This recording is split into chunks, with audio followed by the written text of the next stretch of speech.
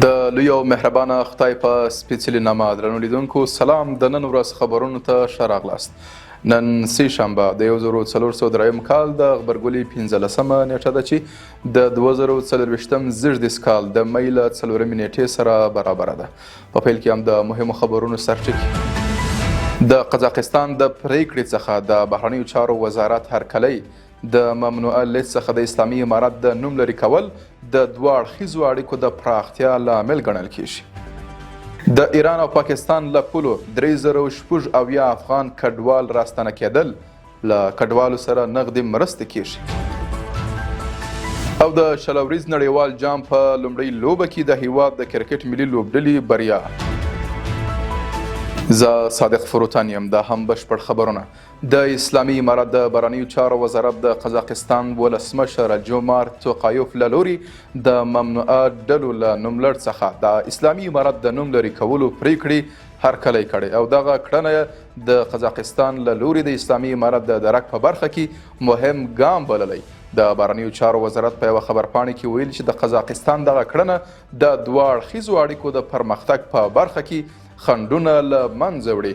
د یاد وزارت پر وینا قزاقستان په سیمه کې د افغانستان مهم سوداګریز او ترانزیټي شریک دی چې دغه پریکړه به د دوو لورو د اړیکو د پراختیا او اقتصادي همکاریو زیاتوالي ته لاره پرانیزي او د دواړو هیوادونو په ګټه ده. د کډوالو او بیرته راستنیدونکو چارو وزارت وایي چې تیره ورځ له ایران او پاکستان څخه 3076 افغان کډوال په جبري توګه او خپله خوښه هیواد ته راستنه سوي. دغه وزارت زیاته کړې 2400 تنه د اسلام کلا له لارې له ایران څخه او 599 تنه د تورخم او سپین بولدک له لارې له پاکستان څخه هیواد ته راستنه سوي. د یاد وزارت په وینا له یو شمېر راستنه سوو سره نغدي مرستې سوي او ځینې بیا د اړینو مرستو ترلاسه کولو په موخه مرستندویه بنسټونو ته ورپېژندل سوي دي.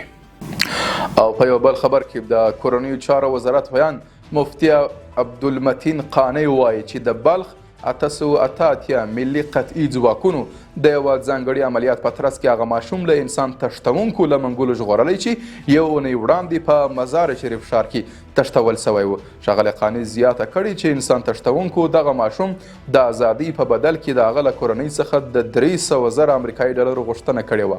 د نوموړي په وینا د دغه ماشوم د ژغورلو په عملیاتو کې یو انسان تښتونکی وژل سوی او 15 تنه نور تورن کسان هم نیول سوي دي.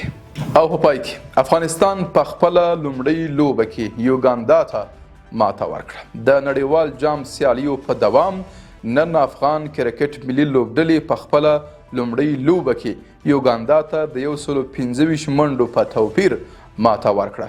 افغانستان به د روانې جون میاشتې په 8مه نیټه په خپله دویمه لوبه کې له نیوزیلند سره مخ سي.